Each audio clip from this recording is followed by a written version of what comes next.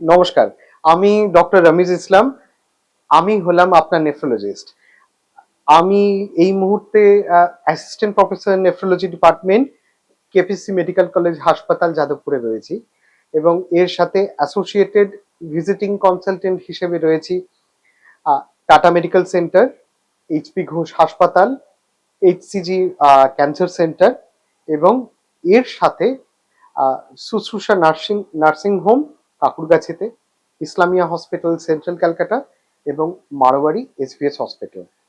এর বিভিন্ন জায়গাতে আপনি আমাকে আউটডোরে অ্যাপ্রোচ করতে পারেন, কেপিসি মেডিকেল কলেজেও আসতে পারেন এবং আপনার কিডনির সমস্যা এবং কিডনি প্রতিরোধের অসুখের প্রতিরোধের যদি কোনো প্রয়োজন লাগে, আমার কাছে যে কোনো মুহূর্তে আপনি আমার ওপিডি অ্যাপয়েন্টমেন্ট নিতে পারেন।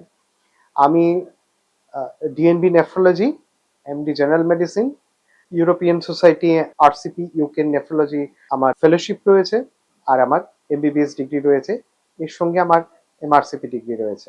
আমি রেগুলার আমার যে সমস্ত পেশেন্ট রয়েছেন বা পেশেন্টের বাড়ির লোক রয়েছেন, তারা আমার সঙ্গে নিয়মিত যোগাযোগ রাখেন একটাই কারণে, যে তাদের পেশেন্ট যেন তাদের কিডনির অসুখের প্রতিরোধ আমরা করতে পারি এবং যাদের অলরেডি কিডনির অসুখ হয়ে গেছে বা যারা ডায়ালিসিস পাচ্ছেন, তারা যেন নিয়মিত সুস্থ থাকতে পারেন। আমার সম্পর্কে দু কথা বলতে গেলে, well, আমি ঘুরতে ভালোবাসি, বই পড়তে ভালোবাসি, আর প্রচুর ভূতের সিনেমা দেখতে ভালোবাসি।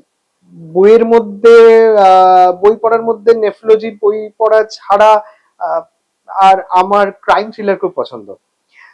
রিসেন্টলি স্টিফেন কিং এর হলি, আমি জানি না আপনারা পড়েন কিনা, ভীষণ একটা এক্সাইটিং একটা থ্রিলার ডিটেকটিভ নভেল। রিসেন্টলি আবার পড়লাম, সেটা হচ্ছে আরেকটি detective novel, Robert Galibert, trouble blood. এই রবার্ট গ্যালিবার্ট কিন্তু আবার জেকে রাউলিং এর সিউডোনিম, আমি জানি না আপনারা জানেন কিনা।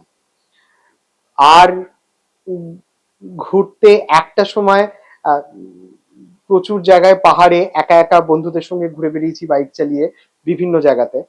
এখন আর সময় পাই না, চেষ্টা করছি আবার যাবার ট্রেকে। তার জন্য রেগুলার এক্সারসাইজের দরকার আর খানিকটা ফিটনেস দরকার। রেগুলার এক্সারসাইজের মধ্যে আমার ডেলি রুটিনের মধ্যে সকালবেলা ঘুম থেকে উঠে আধ ঘন্টা রানিং, জিমিং এগুলো থাকে, তারপর তো সকালবেলা বেরিয়ে যেতে হয়। আশা করছি আপনারাও রেগুলার এক্সারসাইজ করেন।